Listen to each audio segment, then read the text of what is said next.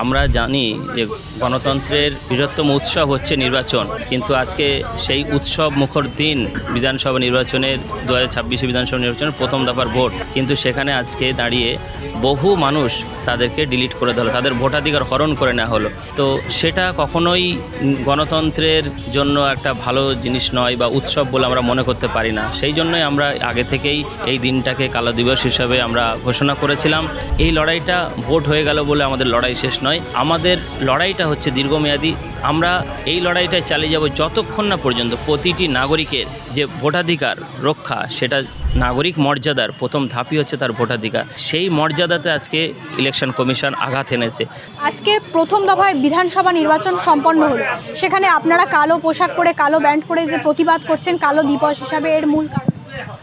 দেখুন, আসলে নির্বাচন কমিশন এই এসআইআর নাম করে যে কাজটা করলো, 91 লক্ষ মানুষকে ভোটার লিস্ট থেকে বাদ দিয়ে দিল। এবং আমরা জানি যে গণতন্ত্রের বৃহত্তম উৎসব হচ্ছে নির্বাচন, কিন্তু আজকে সেই উৎসব মুখর দিন বিধানসভা নির্বাচনের 2026 বিধানসভা নির্বাচনের প্রথম দফার ভোট, কিন্তু সেখানে আজকে দাঁড়িয়ে বহু মানুষ তাদেরকে ডিলিট করে দেওয়া হলো, তাদের ভোটাধিকার হরণ করে নেওয়া হলো। তো সেটা কখনোই গণতন্ত্রের জন্য একটা ভালো জিনিস নয় বা উৎসব বলে আমরা মনে করতে পারি না। সেই জন্যই আমরা আগে থেকেই এই দিনটাকে কালো দিবস হিসাবে আমরা ঘোষণা করেছিলাম। এবং আমাদের যে কর্মসূচি ছিল যে আমরা সবাই কালো পোশাক পরে কালো ব্যাজ পরে আমরা পাক সার্কাস ধর্ণা মঞ্চের পক্ষে পাক সার্কাস 7 পয়েন্ট থেকে একটা মানববন্ধন করব, সেটা আমরা করেছি। এবং মানুষের কাছে আমরা বার্তা দিয়েছিলাম যে যারা ভোট দিতে যাবেন তারা আপনার সহ নাগরিকের প্রতি বা আপনার পরিবারের অনেকে ডিলিট হয়েছে, বন্ধুরা ডিলিট হয়েছে, বিভিন্ন মানুষকে আজকে ডিলিট যে করে দেওয়া হলো, তাদের কথা ভেবে আপনারাও ভোট দিতে যান, কিন্তু আপনি কালো ব্যাজ পরুন, আপনি কালো কাপড় হাতে বাঁধুন, আপনি আপনার প্রতিবাদটা জারি রাখুন। এবং যারা ভোট দিতে যেতে পারছেন না তারাও আজকে আপনারা বিভিন্ন কর্মসূচি রাখুন। যেভাবে এসআইআরের নাম করে ভোটাধিকার কেড়ে নেওয়া হলো এবং ভবিষ্যতে নাগরিকত্বের প্রশ্ন উঠছে, যে বিজেপির বিভিন্ন মন্ত্রী, এমনকি স্বরাষ্ট্রমন্ত্রী এসেও যেভাবে হুঙ্কার ছেড়ে যাচ্ছে নির্বাচনের সময়তে, যে দেশ ছাড়া করে দেওয়া হবে, কোনো মন্ত্রী এসে বলছে রেশন বন্ধ করে দেওয়া হবে, কোথাও কোথাও ব্যাংকে কেওয়াইসি করতে গেলে এসআইআর লিস্টের নাম চাইছে, এরকমভাবে বিভিন্ন সমস্যার সম্মুখীন হতে চলেছে আগামী দিনে। সেজন্য আমাদের লড়াইটা শেষ নয়, নির্বাচন হচ্ছে নির্বাচনের মতো, কিন্তু আমাদের এই লড়াই চলবে। আজকে আমরা পাক সার্কাস ধর্ণা মঞ্চে বসে আছি, 51 দিন হতে চলবে। প্রায় দীর্ঘ 51 দিন যাবৎ আপনারা এসআইআর বাতিলের দাবিতে এই ধর্ণা মঞ্চে এখানে বিক্ষোভ সমাবেশ করছেন। যে এসআইআর বাতিলের দাবি নিয়ে করেছিলেন, এসআইআর কিন্তু বাতিল হলো না, নির্বাচন হচ্ছে এবং একটা পুরোপুরি একটা সমাধান হয়নি সেখানে কিছু সময়ের জন্য, যাতে সব মানুষ ভোট দিতে পারে, সেই কারণে একটা মোটামুটি শুধু ভোটের সময়ের জন্য একটা সমাধান করা হয়েছে। এরপরে আপনাদের কি কি পদক্ষেপ রয়েছে? দেখুন, আমরা এই পাক সার্কাস ধর্ণা মঞ্চে বসেছিলাম 4 মার্চ, আজকে তার 51তম দিন।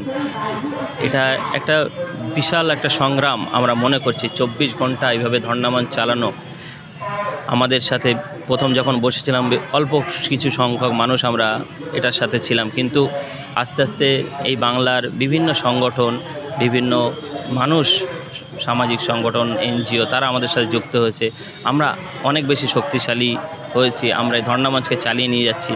তো এখন যে জায়গায় এসে দাঁড়িয়েছে, আমরা যখন দেখছি যে মানুষগুলোকে আজকে ডিলিট করা হলো, তারা কেউ অবৈধ নয়, তারা কেউ রোহিঙ্গা নয়, তারা কেউ অনুপ্রবেশকারী নয়, তারা আমারই পাশের বাড়ির ভাই, আমারই পরিবারের মানুষ, আমারই সহনাগরিক। আমরা তাদেরকে এত বছর ধরে তাদের সাথে সহাবস্থান আমাদের। তো এই যে সংখ্যালঘু, দলিত, আদিবাসী, মতুয়া, মূলত প্রান্তিক শ্রেণীর মানুষকে বেনাগরিক করার যে চক্রান্ত, এই লড়াইটা আমাদের চালিয়ে যেতে হবে। এই লড়াইটা ভোট হয়ে গেল বলে আমাদের লড়াই শেষ নয়, আমাদের লড়াইটা হচ্ছে দীর্ঘমেয়াদী। আমরা এই লড়াইটায় চালিয়ে যাব যতক্ষণ না পর্যন্ত প্রতিটি নাগরিকের যে ভোটাধিকার রক্ষা, সেটা ফেরত নেওয়া হচ্ছে, যতক্ষণ না তারা ভোটাধিকার ফেরত পাচ্ছে। দেখুন, একটা নাগরিক মর্যাদার প্রথম ধাপই হচ্ছে তার ভোটাধিকার। সেই মর্যাদাতে আজকে ইলেকশন কমিশন আঘাত এনেছে। আজকে ইলেকশন কমিশন ভোট দিতে দিচ্ছে না, কিন্তু সংবিধান ভোটার ভোটাধিকার দিচ্ছে, সংবিধান বলছে যে নাগরিকের ভোটাধিকার হচ্ছে প্রথম তার নাগরিকত্বের পরিচয়। যাই হোক, তো সমস্ত দিকটা ভেবে চিন্তা আমরা যেটা এখন পর্যন্ত আমাদের সিদ্ধান্ত সেটা হচ্ছে আমরা আগামী দিনে এই আন্দোলনকে আরও এগিয়ে নিয়ে যাব।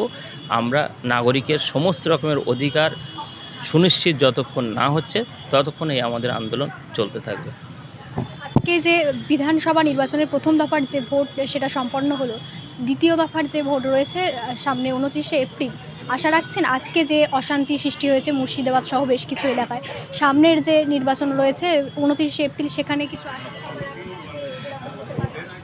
দেখুন, এটা তো কখনোই কাম্য নয়। মানে আমরা কোনো উৎসবে তো হিংসা দেখি না। উৎসব মানে হচ্ছে শান্তিপূর্ণ, উৎসব মানে হচ্ছে আনন্দের। তো নির্বাচন হবে আনন্দপূর্ণ, উৎসব মুখর নির্বাচন হবে, শান্তিপূর্ণভাবে মানুষ তার ভোটাধিকার প্রয়োগ করবে। কে কাকে ভোট দেবে, কে কাকে নির্বাচন করবে, কার কোন রাজনৈতিক দলকে পছন্দ, অনেক মানুষ আছে কোনো রাজনৈতিক দলকেই পছন্দ করে না, তাদের জন্য একটা অপশান থাকে। তো এটা কখনোই কাম্য নয়। গণতান্ত্রিক উপায়ে সংবিধানকে মেনে শান্তিপূর্ণ নির্বাচনটাই হচ্ছে কাম্য। আজকের যে ঘটনাগুলো ঘটেছে অহিংসা, সেগুলো তো আমরা কখনোই চাই না।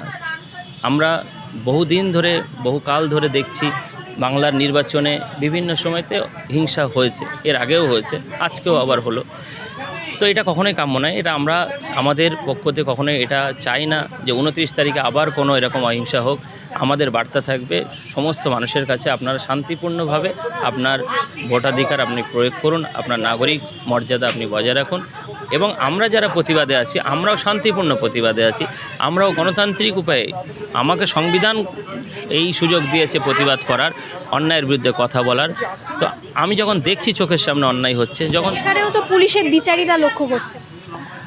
পুলিশের দ্বিচারিতা কোনো কোনো ক্ষেত্রে আছে, সেটা আমরা লক্ষ্য করেছি। সেটা কোথাও কোথাও গিয়ে পলিটিসাইজ হয়, সেটাও আমরা জানি। তো কোনো রাজনৈতিক শক্তি পুলিশকে ব্যবহার করে এই আন্দোলনকে দমানোর চেষ্টা করেছে, এর আগেও করেছে, এখনও করছে, ভবিষ্যতেও করবে। পুলিশ প্রশাসন তাদের কাজ তারা করবে, রাজনীতির কারবারিরা তাদের কাজ তারা করবে। আমরা আমাদের গণতান্ত্রিক যে অধিকার, আমরা সচেতন নাগরিক, আমরা বুঝি একটা মানুষের ভোটাধিকার হারিয়ে যাওয়ার যে আতঙ্ক।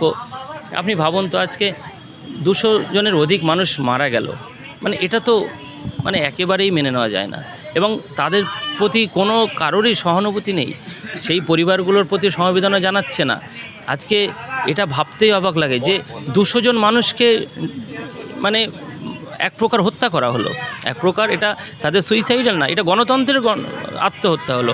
এই আত্মহত্যা কোনো ব্যক্তির আত্মহত্যা না, আজকে ভারতবর্ষের গণতন্ত্রের আত্মহত্যা হলো। তো এই যে একটা ভীষণ একটা বিশৃঙ্খলাময় পরিস্থিতি, এটা উপর থেকে ধামাচাপা হয়তো দেওয়া হচ্ছে, কিন্তু মানুষের ভিতরে ভিতরে আতঙ্কের রেশ বয়ে যাচ্ছে। তো আমরা, পুলিশ প্রশাসন তাদের কাজ করবে, রাজনীতির দলের লোকেরা তারা তাদের কাজ করবে, আমরা আমাদের কাজ চালিয়ে যাব। আমরা যে সচেতনতা আজকে আমাদের সংবিধান শিখিয়েছে, আমাদের ইতিহাস আমাদেরকে শিক্ষা দিয়েছে, আমরা ছোটো থেকে যেভাবে পড়াশুনো করে বড় হয়েছি, আমরা দেখেছি স্বাধীনতা সংগ্রামীরা যেভাবে আন্দোলন করেছেন, বিভিন্ন সময় বিভিন্ন রকমের অন্যায় অবিচারের বিরুদ্ধে মানুষ প্রতিবাদ করেছে, আমরা সেই প্রতিবাদে সামিল হয়েছি। আমরা দেখছি আমার সহনাগরিককে এভাবেই বঞ্চিত করা হচ্ছে। তো বঞ্চনার বিরুদ্ধে তো আমাদের কথা বলতেই হবে, বঞ্চনার বিরুদ্ধে